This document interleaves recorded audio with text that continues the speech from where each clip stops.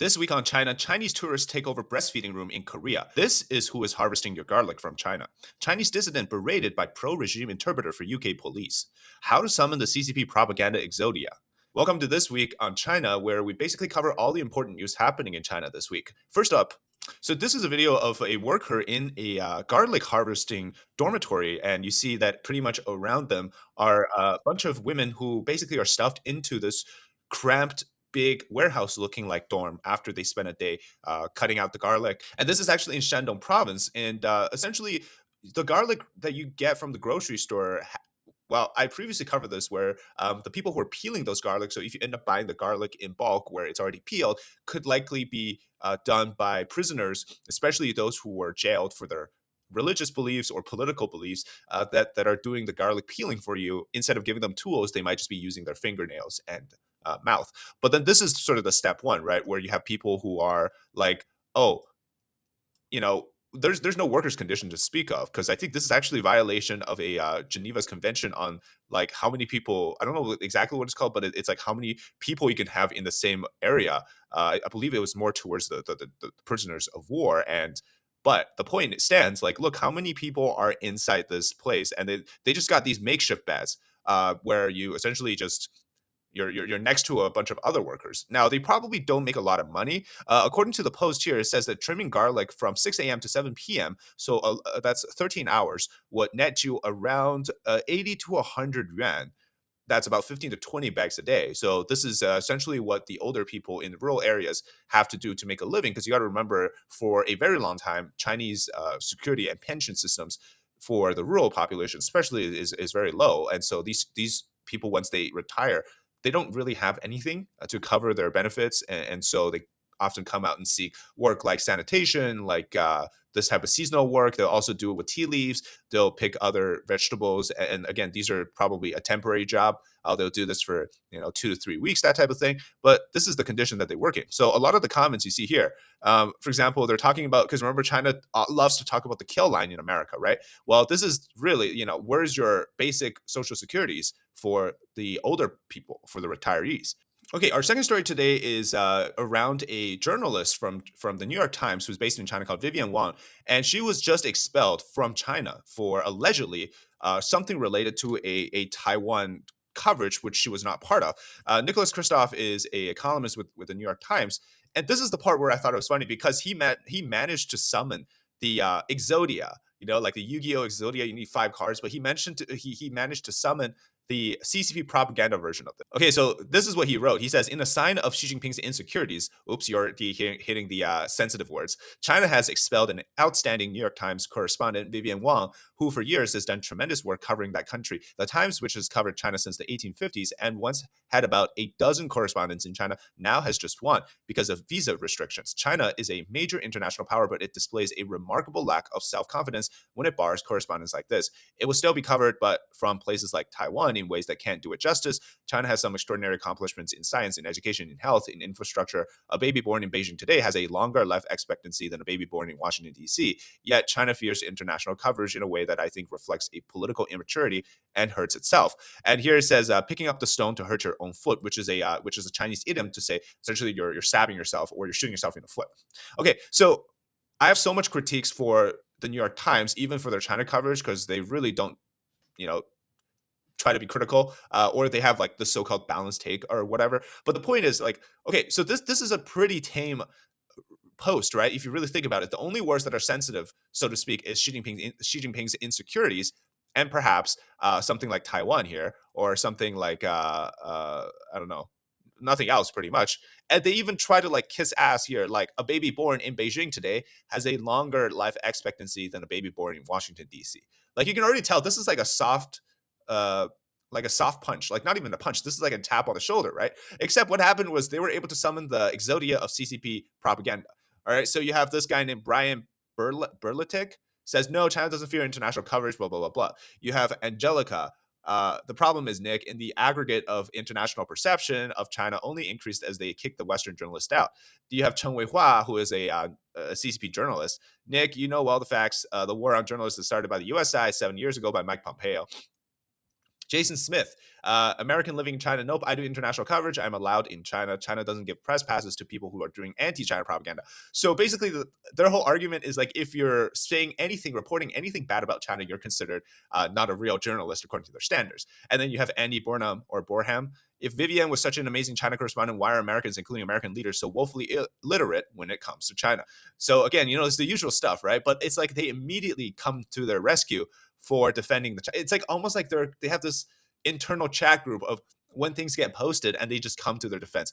It's pretty ridiculous because look, the U.S. in response, by the way, also expelled a Xinhua news agency journalist, so it was reciprocal after what they did. And I think the best part about all of this is the exposure that there is no real press freedom in China, and no matter how you spin it, no matter how much they can spin it, you, there is no transparency in China.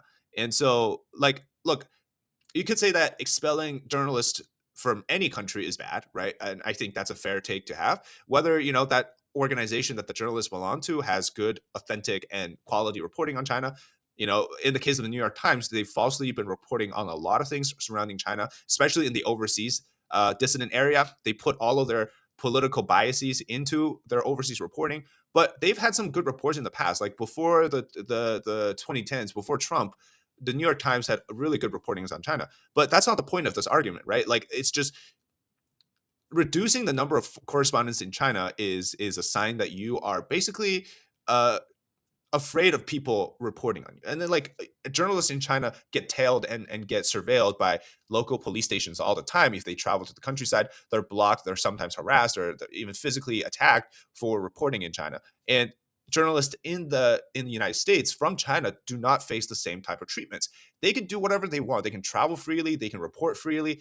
They're not going to get harassed by local police stations or even any federal organization. So, like, that's already a huge difference. So who actually lacks press freedom? Well, in the case of China. Before we continue, I have this great product to share with you. This is the Jeju Welling Red Sea Cucumber, which is hand harvested by Korean female divers from the island of Jeju in South Korea. Now, what exactly are the benefits of the Red Sea Cucumber? Well, this comes in a gel form and is easy to absorb and is great at fighting against chronic pain as well as managing your both neuro as well as heart conditions. Now, for somebody who is relatively healthy, why would you want to take this?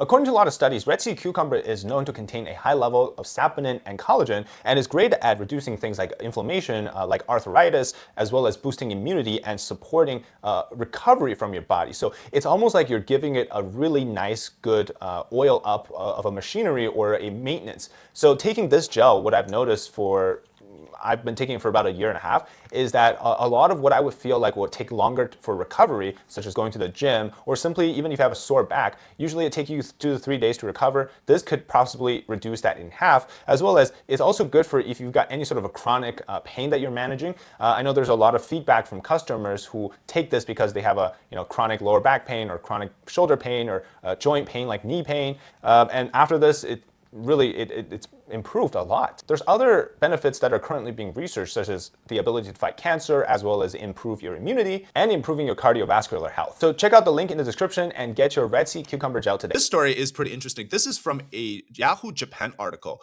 and I'm just going to translate it. But basically, it's a story reporting on what happened in Incheon Airport in South Korea. So the title of it is "Eat Instant Noodles in the Nursing Room. Chinese Tourists Share Eating Tips at Incheon Airport." Now, this actually all started on Rednote, which is Xiaohongshu.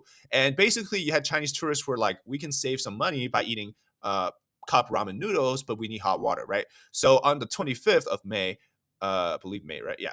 Numerous posts appeared on Chinese social media platforms such as Xiaohongshu from people saying they had eaten instant ramen in the nursing room at Incheon Airport because in the airport nursing rooms, which is reserved strictly for breastfeeding, for nursing moms, and for very young, for infants, right? But the point is they got some stuff that the outside doesn't, which is hot water, or at least things to make hot water. By the way, if you actually get any sort of airport lounge access, they usually have a hot water thing. If you go to the one where you get access through like Priority Pass, they have ramen noodles, cup ramen noodles in those lounges. so you don't need to do this. But obviously, this is for people cheaping out or they didn't have airport lounge access, right? So one tourist explained that the airport's convenience stores does not provide hot water, so they had to use the nursing room to eat ramen, and even provided detailed directions for the nursing room. Another tourist said that they were caught by staff while filling their instant ramen cup with hot water in the nursing room and were kicked out, adding, quote, I told them I was just going to fill it with hot water and eat it outside. I thought only eating and drinking were prohibited in the nursing room, but I didn't think that filling it with hot water itself was prohibited. The nursing room at Incheon Airport is a space intended for infants and pregnant women. The signs at the facility clearly states that only guardians with infants under 3-year-olds and pregnant women may use the facility, and sleeping and eating are prohibited. Okay, so it's such a simple thing, right? But this has generated a lot of discussion on Korean social media. And I think the argument here isn't necessarily about whether you can or should be allowed to do it, but rather it's about the etiquette and following rules. Okay, sometimes the rules is very, very simple. It's like you don't spit on the floor or you don't throw trash everywhere. And you could say that, oh, well, it's such a simple thing. It's just a piece of garbage. It's just spitting on the floor, right? Like what's going to happen? But I think that's the difference here. The very subtle but yet huge contrast between two very different Asian cultures, but yet so similar, like Korea, even Japan in this case, because they're reporting on this, but also Korea and China, right? Why is it possible for the Koreans to follow this rule, but yet the Chinese tourists have to break it? My point here isn't to like shame the Chinese people for wanting. They're like, I shouldn't be hungry because I'm in the airport and I have no access to hot water. Well, in those cases, I think many other country or the people from those countries would choose to, maybe spend the 15-20 bucks to buy a meal. And it's not about saving money where it's like inappropriate to save money, right? You could do this at home. You could eat instant ramen anywhere and you can just save your money. But when you're in an airport and the circumstances are that you're transiting through that airport in a different country, why is it that the Chinese tourists decided that, okay, it's okay for me to break the rules? Okay, so this story is actually, I think, very, very telling of the state of hypocrisy, which I'll explain. Okay, first let's get to the story. So this is a Chinese dissident named Hong Chi, and he was seeking asylum in the UK, or he is seeking asylum in the UK. But he had orchestrated this protest against the government, which he lit up. There was like a projection onto a government building last year, and basically what happened was he used a mobile phone. He already left China, and then he went to the UK, and he projected this anti-regime slogan onto the building in his hometown. And then by the time that they found out, he had already left China, so it was pretty cool. So after he got to the UK, he found out that his bank account had been frozen in China, so his Chinese bank account, and then so he rang 101, which is UK's non-emergency number, on 20th of December 2025, and asked to speak with the closest police force via an interpreter out of concern that he would have to sleep rough with his wife and 2 teenage daughters due to lack of funds. Instead of receiving advice from Devon and Cornwall police, Chi 43 claims that the interpreter assigned to the call launched a political tirade, asking him why he did not love China and taunting him for his lack of money. Chi, who along with his family had been staying in Exeter, I think that's what it's called, explained in a call that began at 2:54 p.m. and lasted 20 minutes that his bank accounts had been frozen by the Chinese authorities, leaving him unable to pay for accommodation for his wife and children. According to Chi, the interpreter, who spoke with a mainland Chinese accent, interrupted the conversation to challenge him. Quote, China's so good, why did you come out? The interpreter allegedly asked. You came out to claim political asylum. You brought your children out here to suffer. When Chi attempted to convey the desperation of his situation, he claims that the interpreter refused to pass a message to the police representative on the call, and says, quote, I will not translate your emotion, the interpreter said. And according to Chi, on what grounds should the British help you? If you have money, it is convenient everywhere.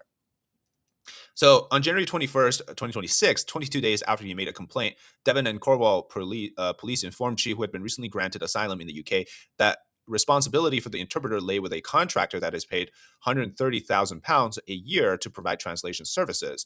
Anyways, the point of the story is that there's a huge amount of people out here in the West, in different countries, US, Canada, UK, Europe, any of these countries, that are mainland Chinese immigrants who have obtained citizenships in those countries, but yet they're spiritually still brainwashed and siding with the Communist Party. Okay. And that's a very, very disgusting thing, because I say it very, like, it's a severe thing, because what you're doing is essentially, whether these people seek asylums or are immigrating with money or tech, whatever the case of the form of immigration that they themselves obtained citizenship through or permanent residency through, they're now coming back to deny or attempt to enact the whole point of the transnational repression is targeting overseas dissidents and overseas Chinese people who didn't agree with the regime. They're now becoming those agents to push this transnational repression onto other Chinese people. And this is crazy because you got to think about this, right?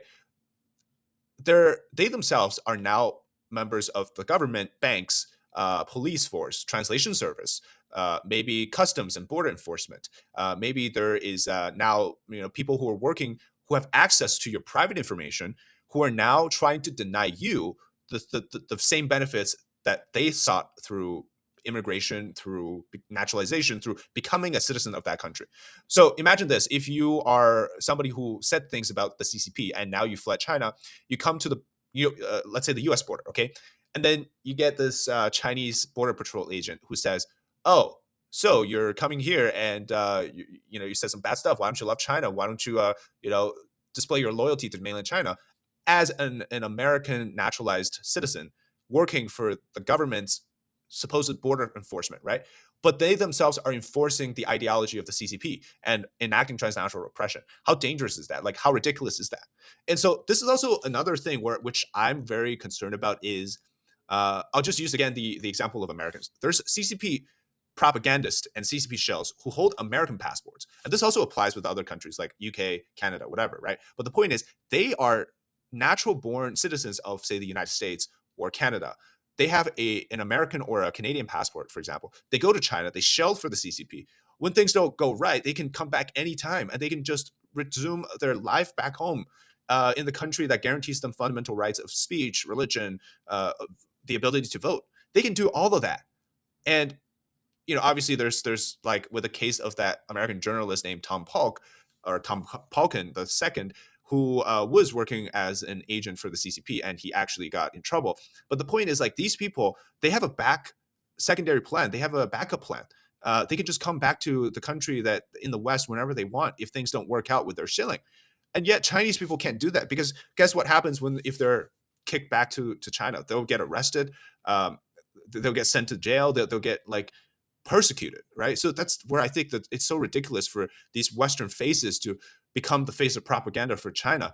It's like there's no risks for you to do this. It's so ridiculous. You could just come back anytime if things don't work out. What about the people that actually suffered under the regime? This is why I always tell people don't listen to the foreigners who are saying China is good, China is beautiful, because they're doing it for the money. They're doing it for having a good temporary lifestyle in China, which they can get. The CCP will actually give it to them in order for them to act as credible and authoritative figures and faces for the regime. And this is a very telling case of what could happen to real Chinese people if they're met with these kind of deniers or denials because of the like. Who would deny their own country's people from seeking a better life uh, because they somehow don't love China anymore or they did something? It's kind of ridiculous. Okay, so this story is very interesting because it went viral on Chinese social media, but this was a Taiwanese internet user who posted a recruitment ad on Douyin. Okay, so this is a restaurant in Taiwan, and they make for a regular full-time employee around 45,000 to 60,000 new Taiwan dollars, which turns out to be around 9700 to 12,900 RMB. So around, let's say, 10,000 RMB a month. Now, 10,000 RMB a month might not sound like a lot because it's only like around $1,500 USD, but 10,000 is a decent wage for working in a restaurant. Okay, that's much higher than what mainland Chinese restaurants would ever pay these workers. And plus, you get basic benefits like you have rotational shifts, so you get every month you get 8 to 14 days off. You have year-end bonuses. You have performance bonuses according to the market and operations.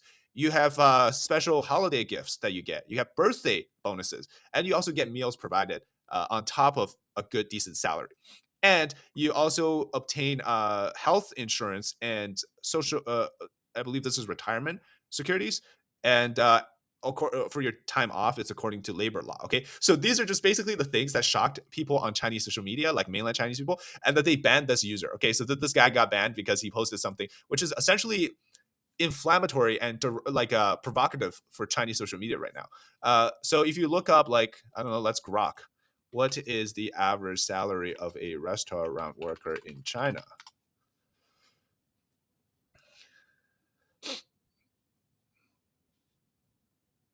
Yeah, so around 4,000 to 600 RMB per month gross on an average nationwide. So if you're making 10,000 on a restaurant job, that's a lot more than you would get in mainland China.